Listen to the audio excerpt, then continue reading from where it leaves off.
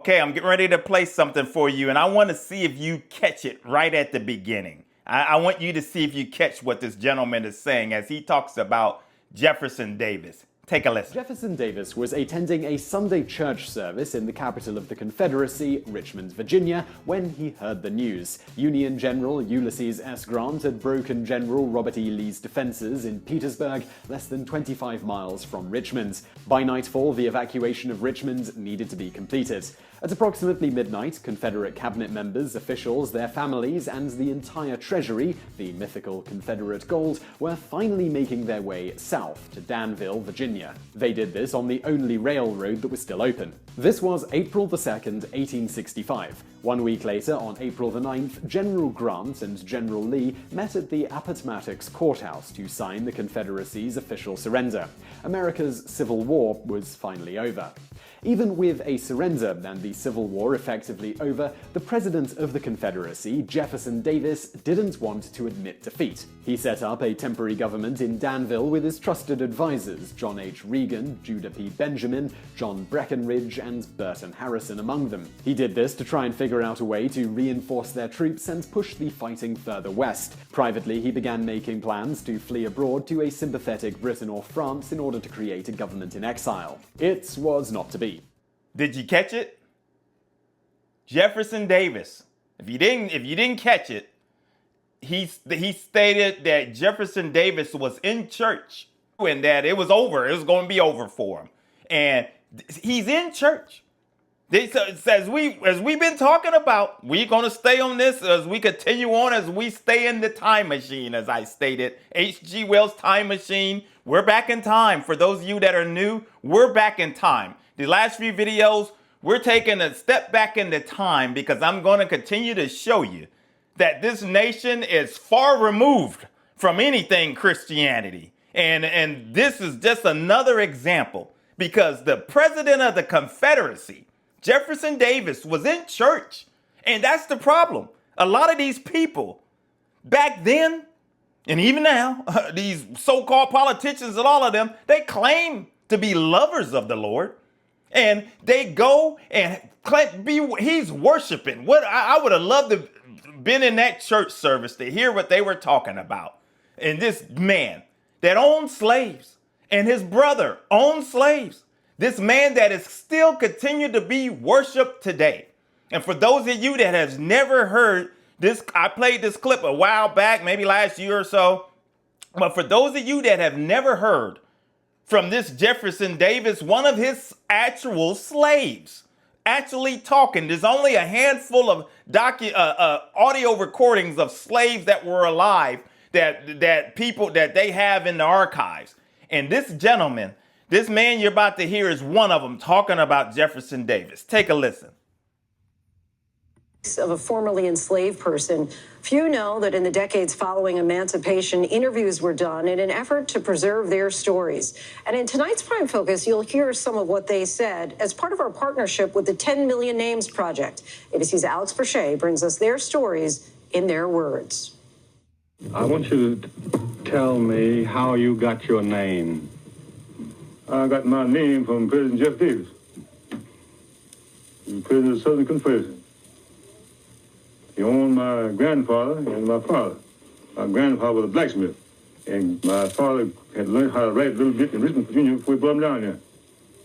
You're listening to the voice of a formerly enslaved American, a man by the name of George Johnson. This rare and historic audio interview was recorded in 1941, almost 80 years after Mr. Johnson gained his freedom.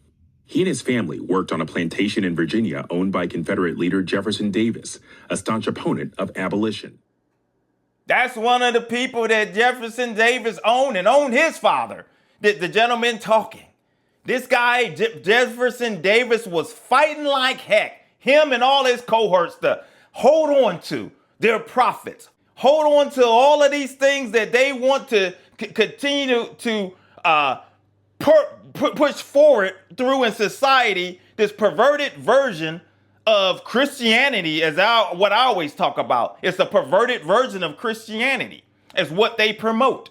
And Jefferson Davis, as you will see here, I'm going to show you a clip and I think I've showed this clip maybe a couple years ago now, but to show you, I'm going to show you how Congress, since then, you think that maybe they would have repented, those that the government will, well, we're going to make it right. We're going to make it right because we've done so much wrong to many people around the nation and around the world. We're going to make it right. But just when you think that that's the case, listen to this. Here's a historical figure that we think you should know about. This is Rebecca Latimer Felton. She was the first woman in the United States Senate. Georgia's governor appointed her after the incumbent died. Ms. Felton served for one day, November 21st, 1922, almost 100 years ago. Her one Senate speech focused on the equality of the sexes. She was a suffragist, but she was definitely not an abolitionist. Rebecca Latimer Felton was the last known senator who owned enslaved people. And her racism ran deep, including calls for mass lynchings to protect white women from black men. Quote, "If it takes lynching to protect women's dearest possession from drunken, ravening human beasts, then I say lynch 1,000 a week." Unquote. Senator Felton and her family held enslaved people for generations before the Civil War. How many more stories are there like hers? Members of Congress who profited from slavery. According to the Washington Post, more than 1,700 and counting. A new project is chronicling slaveholders in Congress. Today, the Post published its database, and now it wants your help to fill in the gaps. Joining us now is Washington Post reporter Julie Zosmer-Weil. She's part of the team working on this project. Ms. Weil, welcome. Thanks so much for having me. This database is fascinating. The story is absolutely fascinating. First of all, how did it come about? Thank you. The idea actually came about in the summer of 2020 when Washington, D.C. did something that a number of cities have done, came up with a list of public buildings like schools and parks that the leaders who wrote the list thought should be renamed because of what the people whose names were on those buildings had done. And I was trying to figure out who these people were and realized many of them were in Congress. I Googled members of Congress who were slave owners and was very surprised to find out that there was no list. Yeah, having lived in D.C. near the Van Ness metro station, which is near where my old station was, WAMU, I did not learn until I read your piece that station is named after a congressman from New York who owned slaves. So it's kind of amazing how deeply ingrained this is in so many parts of the district. Overall, though, are we talking about most members of Congress, a minority of members of Congress? Like, what's the proportion like of slaveholders to non-slaveholders through history, at least as far as we know? It's a great question. It really depends on what time period you're looking at. In the early years, when Congress was a brand new institution, more than half of all congressmen were slaveholders for the first 18 years or so. After that, the number goes down as the northern states stop sending so many slaveholders to Congress, but it continues for many decades longer. Even during the Civil War, when all of the southern congressmen secede, they're not in Congress anymore. At that point, fighting a war to end slavery, 20% of the congressmen in the U.S. Congress still are former or current enslavers. How did you research this report? I believe you said that census records were a big part of it, but what else did you go on? The census was by far the biggest part, but there were many other records. I looked at wills and tax records and plantation records, anything I could find, really. And there's still a lot that I haven't found. I was able to reach a conclusion about almost 5,000 congressmen, whether they were or were not slaveholders, but there are still over 600 who I'm looking for information on, and I'm hoping that people will be able to go to their local courthouse or historical society or maybe their own family genealogy and send me some of this information. Yeah, well, I'm gonna ask our team to share out a link to the page where folks can send information. We'll share it out on social media. We are at NBC Now Tonight on all the major socials. I wonder what your perspective is on the value of this kind of information. There's been a lot of debate over the last year and a half over how we teach and talk about the legacy of slavery in America, whether it's the 1619 Project by Nicole Hannah-Jones, the 1776 Commission, which the Trump administration created to create this kind of ahistorical history of the United States. How do you view the way that we teach and talk about slavery today, including things like this that we're still discovering? I mean, as I was working on this project, I came across so many stories that felt incomplete. There were stories like Charles Minor, for example, who there are books about him that say he was one of the early and fiercest advocates for ending slavery in D.C. What it doesn't mention is that I found the 1810 census, and it says that Charles Minor was a slaveholder at that time.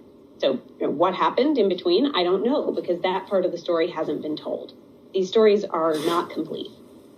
And as you see there, so not only, as we've talked about in our messages, about the first 4 out of 5 presidents owning slaves.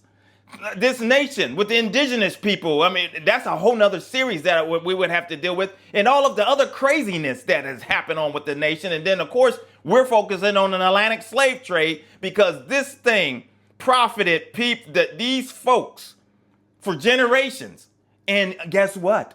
Many of them are still profiting off of this. Many are still profiting off of it, and they have failed to repent. And they've been hiding. And just like these people, the records are showing that there's names and things that are being found out, just like we found out about the Nazis, as we continue to still find out certain information and people much later on. And so this is what we have right now. We have a whole lot of, I mean, you want to talk about the corruption and the decay and the sin that is within this nation, within this government. And as they want to celebrate this government, 250 years of independence, and as we talked about in the last message, everybody wasn't free. Everybody wasn't celebrating. And they were like, oh, we got to get back to the Christian values and all of these various holy religious ideologies that these people have brought forth to try to make like the government has always been on your side. And guess what they want to do? They want to teach your kids. They want to put this is where all of these foundations, these heritage foundations and TPUSAs and all that, and we'll get to that stuff further in a couple more messages down the road here. These groups and these so-called Christian schools, that what they want to teach is a perverted version, as I've been saying, those of you that's been following me, of Christianity. They want to teach this version, this same type of version of Christianity that they want to teach. It's probably the same type of, I would highly believe that it's the same type of Christianity that was being preached at that church that Jefferson Davis was going to. Oh, they want to try to pretend like we're all in this thing together, these types of people, these groups that promote, as I've been saying, the trying to promote Christianity, that we're this all together. And as I have been saying, that what they preach and how they conduct themselves far from what the Jesus and the Gospels that we really know about. Far from what we know about, because we still have people currently right now throughout the government, throughout all the states and these states, Texas, Kentucky's, Mississippi's, and there's plenty of other states. They still worship Jefferson Davis. They still worship the Confederates. They still worship all of these things. And many of the people, first thing they want to rip out, for one, first thing they do, you always notice they're wearing a cross on their neck. Always want to wear a cross on their neck. And then they always want to tell you about family values and tell you about all of this within society, how society is going to hell in a handbasket. But at the same time, they don't mind walking right by their courthouse, walking right by the hallways, and Jefferson Davis is hanging up, or there's some monument of some sort back from that era that they don't mind that. They're just fine with that for some reason. Just fine with just having it flaunting in people's face, but then turn right around and tell you, hey, Jesus loves you, but don't you stay on your side of town and I stay on mine. And guess what? You only gonna get so much power within society because we're gonna make sure we still stay in control. This is this mindset I told you, the spirit of Jefferson Davis and all of those cohorts that stood with him to fight like heck, to continue the mistreatment of people, still is living on through millions right now. You had the Southern Baptists, as we've talked about in many messages back, they set back and they split off because they wanted to stand with the Confederacy. They wanted to stand. And it took them decades to set up and finally admit that they were wrong. And guess what? They still pulled an okie doke because the Southern Baptists, as we go forward in these other messages that I've talked about, all these people, if you notice, many of the states where these churches and where they all represent, they're okay. They're okay with the Jefferson. They are okay with Confederate monuments still being in place. They are okay with that. You don't hear no outcry from so-called believers, any type of outcry with these things still standing up in the faces of people. No outcry for people that are set up there and want to keep certain particular laws on the books that was in place back when these folks, these hateful, and I can't even call them Christian, because if anybody that thinks that enslaving people is Christian, anybody that think that mistreating women is Christian, anybody that think that child marriage is Christian and all of this stuff is sick. And you're far away from the Lord. Far away from the Lord. Right here in Ohio, where I'm at in Ohio, they had this child marriage thing that, these so-called family value people always want to talk about the Bible. And these folks shot that thing down because this state is controlled. I hate to say it, Ohio is no different as it's the new Alabamas, the new Mississippis. I hate to say it, but unfortunately, this is how far this state has fallen. So this Confederacy mindset, this mindset that these folks are trying to masquerade like that they're your friend and they're going to teach your kid as we get them in the Bible in the schools, and we're going to do all of that. And I say, who's these people going to teach? I've been saying that for those of you from you're just going to have some unsaved person, huh? Somebody that don't truly love the Lord and unable to, because if you don't have the Spirit of God within you, the scriptures, you're just reading them. You're just reading them. You don't have the Holy Spirit to illuminate your mind and illuminate your heart and help you. You're going to have a certain understanding, but it takes the power of God to give you the understanding of his word. And these people, so you're going to just put up anybody that's supposed to tell you about Christianity and teach you in a certain sense from no telling where they stand and things. But we know what this boils down to. Just like Jefferson Davis didn't want to admit defeat. He made excuses. And all of that. The Confederacy has never, ever died.